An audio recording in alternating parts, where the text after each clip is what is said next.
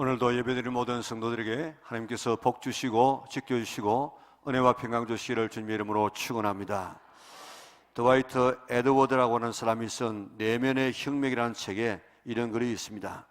한 젊은이가 독수리 둥지를 발견하고 장난삼아서 독수리 둥지에서 한 알 하나를 꺼내어서 뇌조라고 하는 껌과에 속하는 날지 못하는 새 둥지에 옮겨 놓았답니다. 뇌조 둥지에서 태어난 독수리는 자기가 뇌조 새끼라 여기면서 자라났습니다.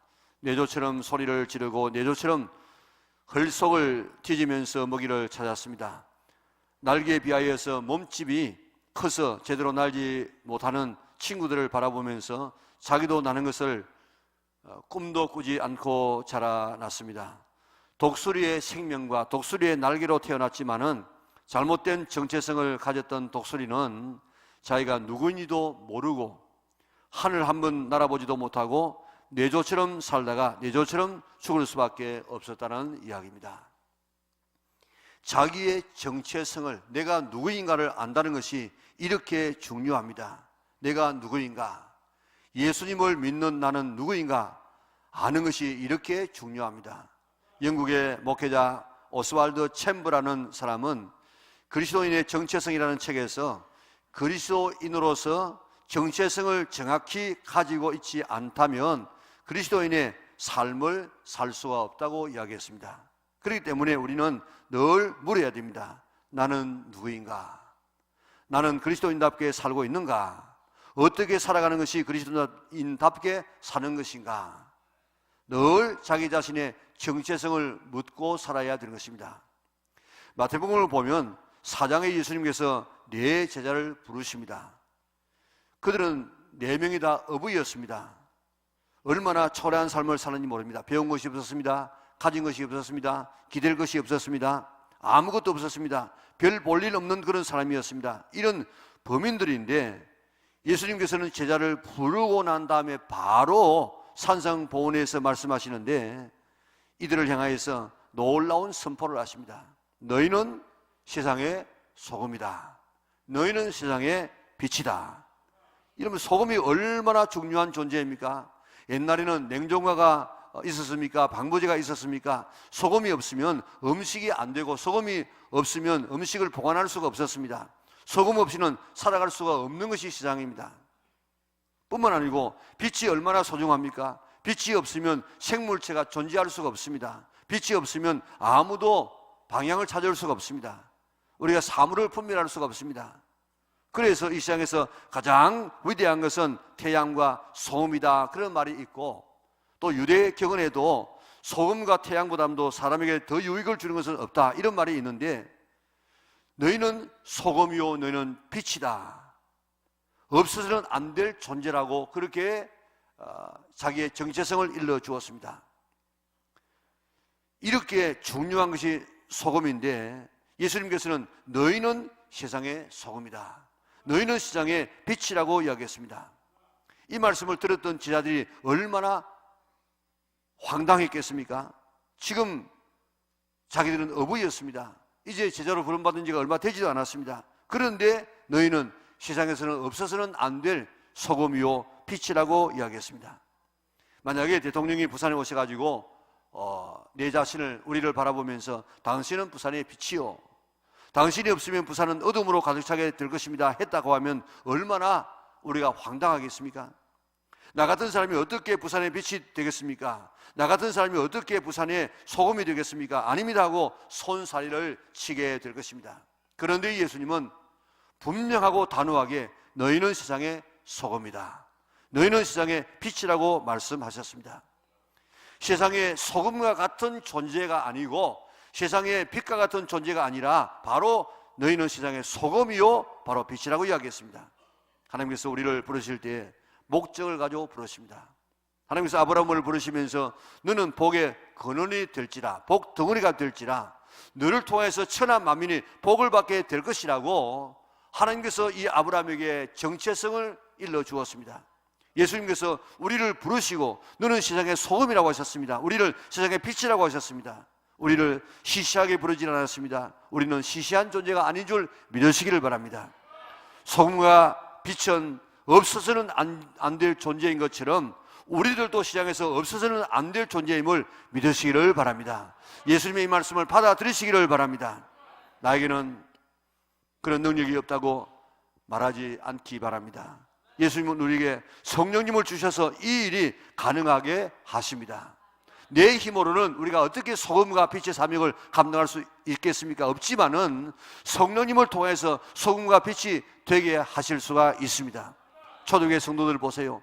보잘것없는 사람들이었습니다. 갈릴리 사람들이었습니다. 어부들이었습니다. 그러나 그들이 성령 받고 나니까 세상을 변화시킨 사람들이 되어졌습니다. 그래서 모든 사람들이 그를 칭송하고 그를 흠모했습니다. 빛과 소금으로 그들은 살았기 때문입니다.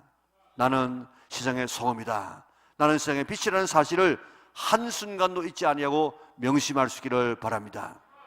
우리는 구원받고 그저 이 땅에서 예수 믿어서 좀 편안한 삶을 살다가 그저 구원받고 저 천국 가서 살아가는 이것이 우리의 목표가 아니고, 하나님은 우리를 부르실 때부터 세상의 소금과 빛으로 불러주셔서 이 세상을 변화시켜서 하나님의 나라를 건설하도록 우리를 부르신 줄 믿으시기를 바랍니다. 한번 따라하겠습니다. 나는 세상의 소금과 빛입니다. 나는 세상의 소금과 빛입니다. 이 정체성을 한순간도 잊지 않기를 바랍니다. 우리가 길을 가든지 말을 하든지 누구를 만나든지 가정에서든지 직장에서든지 어디서든지 나는 세상의 소금과 빛이다. 그늘목에 있었습니다. 아주 바쁩니다. 그런데 나는 세상의 소금과 빛이다 하는 사실을 내가 깨달으면은 그 신호등을 무시하고 건너가지 않을 수 있습니다. 우리가 가정에서 가장 내 자신을 잘 아는 곳이 바로 가정 아닙니까?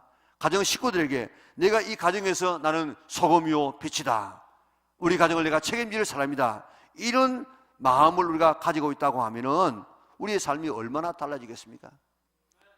사업을 합니다. 사업을 하는 현장에서 사람을 만날 때 나는 세상의 소금과 빛이다, 장사를 할 때도 나는 세상의 소금과 빛이다 하는 이런 마음을 가지고 있으면 부당한 그런 요구를 하지 않을 수 있습니다.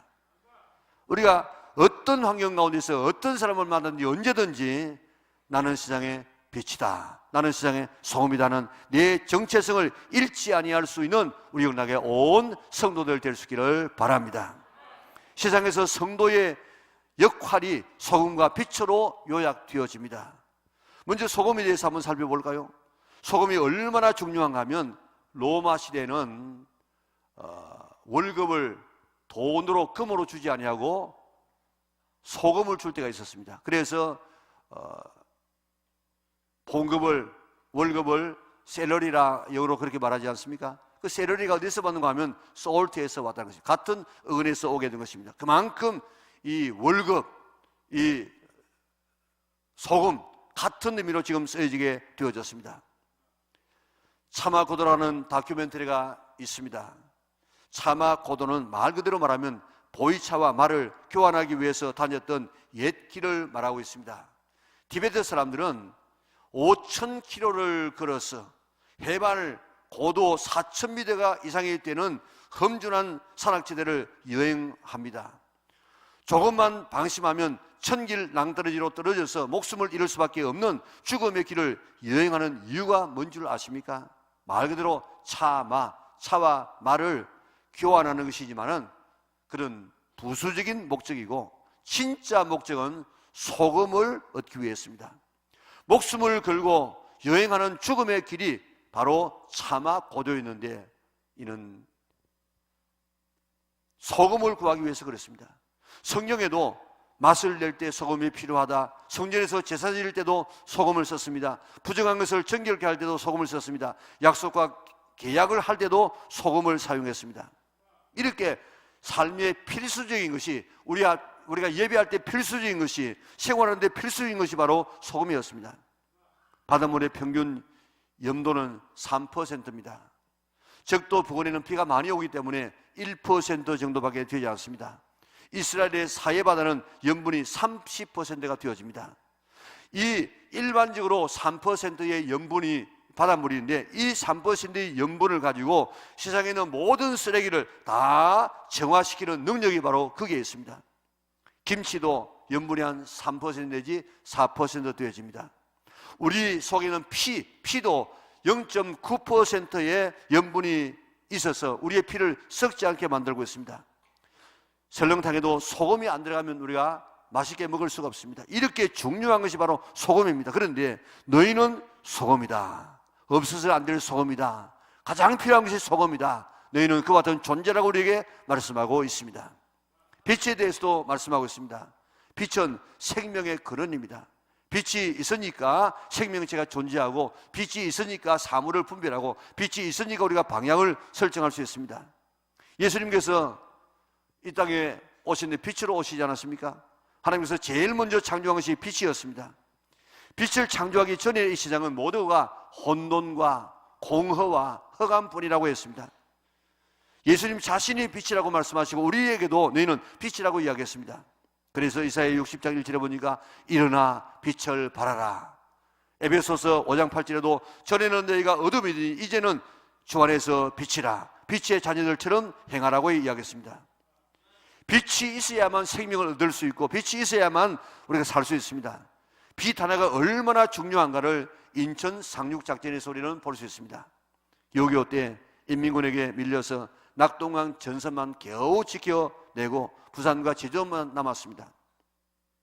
그때 한반도의 허리를 끊고 우리나라를 살려낸 인천 작전은 잊을 수 없는 일 아닙니까? 메가더 장군이 7만 5천 명의 병력과 261척의 함정을 대동해서 9월 15일 자정을 기해서 인천에 상륙하는 데 성공합니다. 인천은 조수 간만 차이가 세계에서 가장 심하고 수로가 험난하고 암초가 많아서 밤에 등대의 도움을 받지 아니하고는 상륙할 수 없는 곳입니다. 인천 앞바다에 조그마한 팔미도라고 하는 작은 섬에 등대 하나가 있었습니다. 이 팔미도도 인민군의 수중에 들어갔습니다. 불을 완전히 꺼버렸습니다. 밤에 상륙한다는 것은 이런 자살 행위였습니다. 그래서 등대를 켜기 위해서 미국인 3명, 우리 국군 3명, 6명의 특공대를 조직하고 최규봉 씨가 대장이 되어져서 섬을 탈환합니다. 등대를 이렇게 찾아서 불을 켜는데 가보니까 반사경에 나사가 풀려가지고 나가서 그 나사를 찾는데 3시간 걸렸다는 것입니다. 등대를 고쳐 불을 밝히는 순간이 1시 40분이었습니다. 1시 40분에 등대의 불이 밝혀지면서 진격 명령이 내려져서 인천 상륙작전이 성공했습니다. 6.25를 반전시키게 되어졌습니다. 이 등대의 불이 없었더라면 인천 상륙작전은 불가능했습니다. 빛 하나가 이렇게 중요합니다. 작은 등대 하나가 한 나라를 살린 역사입니다. 한 사람의 등불이 수많은 생명을 살릴 수가 있습니다. 그런데 너희는 빛이라. 이렇게 중요한 존재라고 이야기하고 있습니다. 우리는 내 삶의 빛이고 우리의 가정의 빛이고 우리의 직장의 빛이고 우리 세상의 빛인 줄 믿으시기를 바랍니다. 소금과 빛은 없어서는 안 될 존재인데 너희는 세상의 소금과 빛처럼 없어서는 안 될 존재라고 우리에게 정체성을 설명해 주고 있습니다. 이 소금이 어떻게 해야 소금이 되고 어떻게 해야 빛이 되겠습니까? 소금은 녹아야만이 소금 맛을 낼 수 있습니다. 빛은 타야만이 빛을 낼 수가 있습니다. 자기 희생 없이는 소금이 소금 맛을 내지 못하고 빛도 빛을 낼 수가 없습니다. 그렇기 때문에 우리가 소금 되기 위해서 빛 되기 위해서는 내 자신을 희생하고 내 자신을 내려놓고 내가 좀 손해보고 내가 좀 다른 사람을 섬기는 배려하는 이런 삶이 되지 아니하고는 절대로 우리는 소금과 빛으로 살아갈 수가 없습니다. 오늘 이 산상보훈에 보면은 예수님께서 우리를 소금이나 빛이라고 말씀하시고 어떻게 해야만 빛이 되고 소금이 될 수 있는가, 또 구체적으로 뭐가 소금으로 사는 것이고 뭐가 빛으로 살아가는 것인가 구체적으로 다 지금 이 성경에서 우리에게 말씀해 주고 있습니다. 어떻게 되어야만 빛이 되고 소금이 될 수 있겠습니까? 우리 마태복음 5장 38절에서 42절을 같이 한번 읽어보도록 하겠습니다. 같이 읽습니다. 또 눈은 눈으로 이는 이로 갚아라 하셨다는 것을 너희가 들었으나 나는 너희에게 이르노니 악한 자를 대적하지 말라. 누구든지 네 오른편 파멸 치거든 왼편도 돌려대며 또 너를 고발하여 속옷을 가지고자 하는 자에게 그도까지 가지게 하며 또 누구든지 너로 억지로 오리를 가게 하거든 그 사람과 심리를 동행하고 내게 구하는 자에게 주며 내게 꾸고자 하는 자에게 거절하지 말라. 아멘. 악한 자를 대적하지 말라고 이야기했습니다. 악한 자가 어떤 자입니까? 여기에 오른밤을 치는 사람, 속옷을 달라고 하는 사람, 억지로 오리를 가자고 하는 이런 사람들 대적하지 말라고 이야기했습니다. 그 사람들이 욕하면 나도 욕하고 그 사람들이 치면 나도 치는 이런 일을 하면 절대로 우리가 소금과 빛의 사명을 감당할 수 없다는 것입니다. 오른밤을 치면 어떻게 하라고요?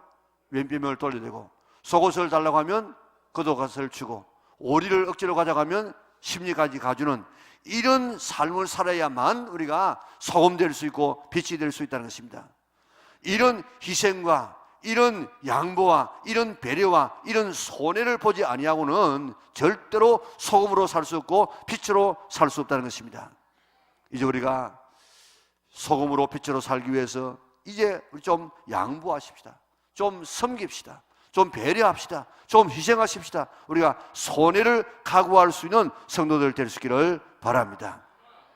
우리나라 최초의 목사님은 김창식이라는 감리교 목사님이십니다.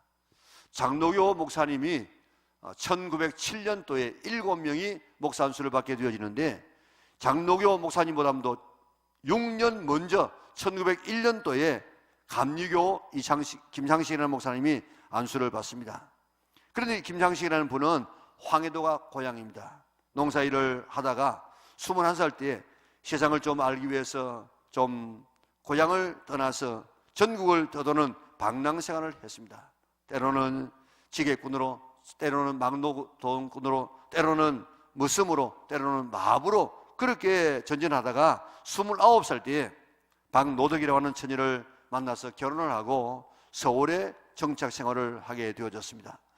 당시 서울 장안에는 영아소동이라고 하는 아주 대단한 사건이 터졌어요. 그 당시에 기독교를 위시해서 자꾸 개혁하고 개화해서 지금 문물을 받아들인다는 이런 사상이 팽배하게 지배하고 있었는데 반개혁 성향의 수급파 세력이 조작한 헛소문을 내었습니다. 사람들은 이 헛소문에 알아보지도 아니하고 흥분해가지고 선교사들 집에 막 돌을 던지고 지나가는 선교사들에게 돌을 던져서 이제 선교사들이 집 바깥을 나갈 수 없는 위험한 시대가 되어졌습니다. 영아소동이라는 사건은 서양의 선교사들이 조선의 어린 아이를 자기 집에 데리고 가가지고 간을 빼가지고 약을 만들고 눈을 빼가지고 카메라를 만든다. 그리고 애를 노예로 잡아서 판다 하는 이런 소문을 막 내었어요. 그런데 이 사람들이, 우리 백성들이 여기 전혀 알아보지도 않고 그저 막 이렇게 선교사들을 학대하기 시작했습니다. 이 소문을 들었던 김창식은 서양인의 그 야만적인 행동을 내가 정말 그 집에 들어가서 한번 확인해보고 내가 조사해서 이것을 만천하에 한번 알리겠다고 그런 각오를 가지고 당시에 미국 감리교 선교사 올링거라고 하는 이 집에 잡부로 들어갑니다. 잡부로 취직해서 선교사들의 생활을 하나하나 지금 점검합니다. 일거수일투족의 모든 삶을 밤에도 어떻게 자는가 다 이렇게 감시를 하다시피 그렇게 봅니다. 그런데 불미스러운 행동을 찾기 위해서 아무리 찾고 찾아도 찾을 길이 없어요. 선교사의 집에 들어가서 일해보니까 소문과 전혀 달랐습니다. 올링교 선교사의 그 인격과 신실한 생활에 감화를 받기 시작합니다. 잡부인 자기를 식사 자리에 초대하는데 같이 밥을 먹는데 그 당시만 해도 천민들은 또 이런 이 자비를 하는 이런 사람들은 사대부 그 양반 가문에 같이 밥을 안 먹어요. 그런데 이 잡부인 자기를 자기 가족들이 식사하는 그 한 상에다가 초대해가지고 밥을 먹습니다. 그리고 말을 하대하지 아니하고 존댓말을 씁니다. 인간 취급을 해줍니다. 지극히 배려합니다. 그래서 그의 마음의 문이 열려졌어요. 성경 말씀을 배웠습니다. 1890년에 그가 세례를 받습니다.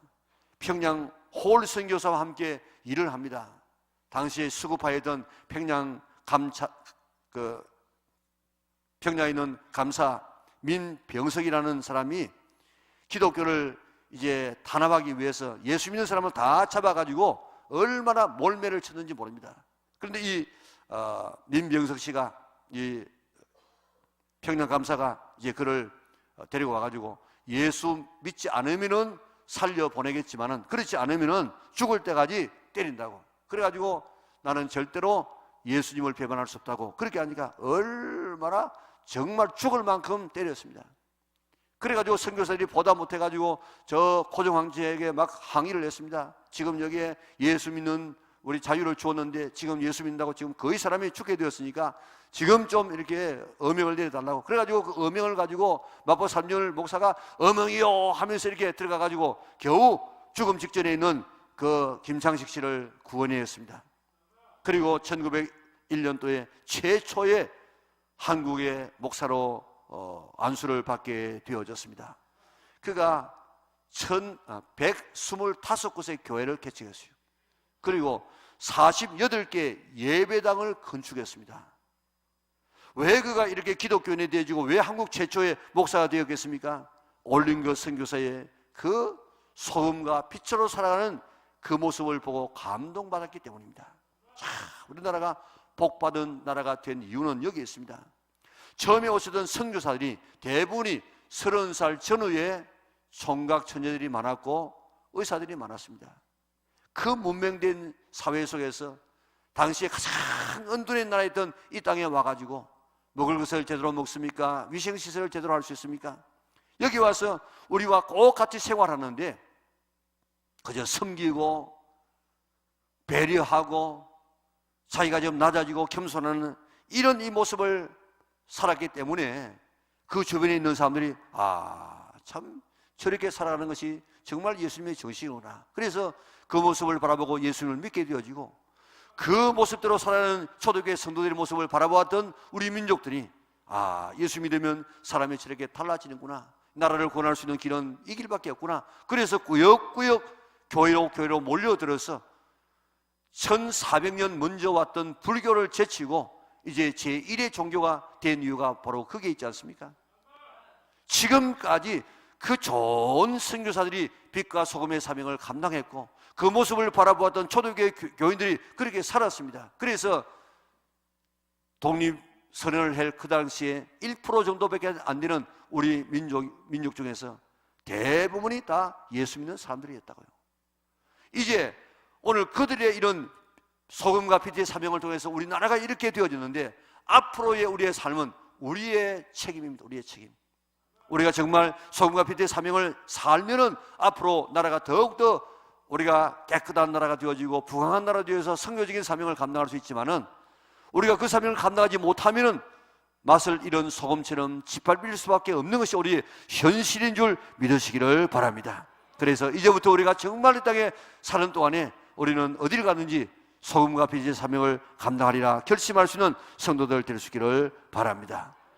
우리 집에 일하는 사람들이 있다고 하면은 나는 그들에게 제가 정말 소금과 빛의 사명을 살고 있습니까?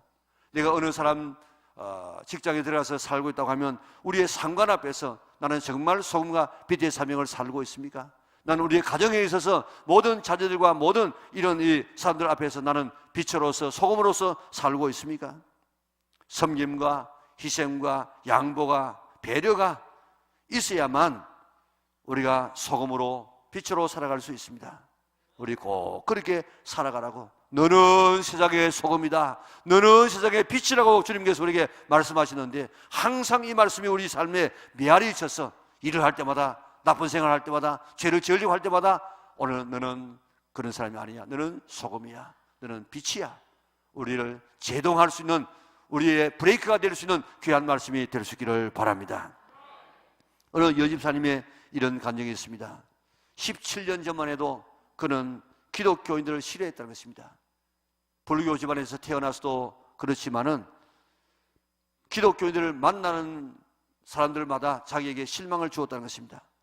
결혼 후에 피아노 레슨을 하게 되어지는데 믿는 사람들의 가정에 가보면 교회를 한답시고 가정을 막 엉망으로 해놓기도 하고 또 자식을 피아노 가르친다고 하면서 가르치는 일에만 욕심을 냈지 정작 레슨비를 위시한 이런 것에 너무 인색하게 되어지고 그리고 전도를 하겠다고 하면서 하나님 사랑을 말하면서 모두가 다 진실하지 못하는 이런 사람들을 바라보면서 기독교에 대한 점점 혐오감을 가지고 있었습니다. 어느 날 소연이라고 하는 학생을 소개받았습니다. 그 집 또한 기독교 가정이었는데 가서 보니까 그 집은 전혀 인상부터 처음 다르다는 것입니다. 아주 깔끔하게 잘 정돈되어졌고 또한 소연이 어머니가 밝은 인상과 친절한 말씨로 자기를 맞아주는데 그때부터 기독교인에 대한 생각이 조금 달라졌습니다. 예수 믿는 사람 중에 이런 사람도 있는가 그렇게 생각하면서 그 애를 치료했는데 첫 아기를 출산을 하면서 한 달 동안 레슨을 쉬었다는 것입니다. 그때 소연의 어머니가 자기 집을 찾아와 가지고 일하지도 않은 한 달 레슨비를 선물로 주고 가셨다는 것입니다. 당시 가르치는 학생이 한 20명 정도 되었는데 이렇게까지 아기 낳은 자기를 배려하고 또한 가르치지도 않은 한 달까지 레슨비를 주고 그렇게 걱정해주는 그런 분은 소연이 엄마뿐이었다는 것입니다. 소연이 엄마가 돌아간 자리에는 예쁜 가죽 성경과 찬송가가 놓여 있었습니다. 그날 이후 그는 소연의 어머니가 소개해준 교회에 나가게 되었고 지금도 교회 집사로서 열심히 교회를 섬기고 있다는 것입니다. 그리스도인으로서 소금과 빛의 사명을 감당하는 것은 뭐 대단한 것이 아닙니다. 내게 있는 그곳에서 좀 양보하고 좀 희생하고 좀 배려하고 좀 사랑으로 섬기는 바로 그것만 있으면 거기에 하나님의 영광이 드러나고 불신 영혼이 주님 앞에 돌아오는 역사가 있게 되는 줄 믿으시기를 바랍니다. 소금과 빛으로 살아가는 방법은 뭐라고요? 남을 좀 섬기는 것입니다. 양보하는 것입니다. 희생하는 것입니다. 손해보는 것입니다. 내가 배려하는 것입니다. 이 방법 외에는 다른 방법이 없는 줄 믿으시기를 바랍니다. 그러면 소금과 빛으로 살아간다는 것이 어떻게 살아가는 것인 줄 오늘 성경이 이야기를 하고 있습니다. 우리 성경은 참 좋은 성경인데 여러분 요즘 성경들은 보면 전부 앞에 소 제목을 달아놓았어요. 제가 오늘 아침에도 이 말씀을 보면서 소 제목만 한번 추려보았습니다. 그러니까 이게 오늘 그리스도인들로서 소금과 빛으로 살아가는 그런 삶이더라고요. 한 10가지 추려지더라고요. 노하지 말아라, 썩내지 마라. 예수 믿는 사람 썩내는 것, 그 소금 빛의 삶이, 빛으로 살아가는 삶이 아닙니다. 그리고 이 엄난한 시장에서 가늠하지 않고 엄난한 생활하지 말아라. 오늘 시장 사람들이 얼마나 이 엄난한 삶을 살고 있습니까? 이 엄난한 일들 때문에 얼마나 지금 대통령 후보까지 갔던 사람이 이렇게 추락하는 모습을 보지 않습니까? 우리가 시장은 다 그렇게 지금 뛰어가고 있습니다. 그런 가운데 있어도 우리는 엄난하게 되어지면 소금과 빛으로 사는 삶이 아닙니다. 그리고 또 원수 사랑하라고 이야기했습니다. 원수 맺지 않을 뿐만 아니라 원수를 사랑하라고 이야기했습니다. 그것이 곧 소금으로 빛으로 살아가는 삶입니다. 구제하라고 구제. 내가 좀 힘들어도 구제하는 거 구제. 우리가 천사운동을 지금 펴지 않습니까? 천사운동을 펴고 있는데 1,004명이 돼야 되는데 지금 한 500명밖에 안 돼요. 우리 교회는 천사가 아니고 2천사가 되어야만 우리가 그래도 좀 봉사하는 교회가 될 수 있습니다. 아직까지 안 한 분은 우리가 정말 소금과 빛으로 살아가는 삶이 지극히 작은 것, 마음만 먹으면 할 수 있는 이런 일입니다. 뭐 끝까지 가서 뭐 돈 10만 원, 20만 원 내라는 것이 아니고 1,000원을 내어도 하면 동참하는 이것이 우리가 소금과 빛으로 살아가는 삶입니다. 구제하는 것입니다. 외식하지 않는 삶입니다. 그리고 보물을 하늘에 쌓아두는 삶입니다. 염려하지 않는 삶입니다. 비판하지 않는 삶. 지금 얼마나 많은 비판하고 있습니까? 나라가 지금 국론이 반으로 갈라져가지고 지금 뭐 보통 문제가 지금 아닙니다. 이런 세상 속에서 전부 남의 일처럼 비판하고 있는데 우리는 그 비판 대신에 기도하는 삶이 바로 소금과 빛으로 살아가는 삶입니다. 좁은 문으로 들어가는 삶이 소금과 빛의 삶을 살아가는 삶입니다. 진실하게 살아가는 것. 그리스도인에게 최고의 덕목은 진실입니다. 진실. 아름다운 열매를 맺어야 됩니다. 적어도 이렇게 우리가 사는 사람이 소금과 빛의 삶을 살아가는 사람인데, 오늘 우리가 이렇게 살아가려고 우리가 노력해야 됩니다. 그런데 오늘 우리는 이렇게 소금과 빛의 사명을 살아가도록 우리에게 이런 정체성을, 사명감을 우리에게 주었는데, 오늘 얼마나 많은 사람이 어떻게 사람이 그렇게 살 수 있어?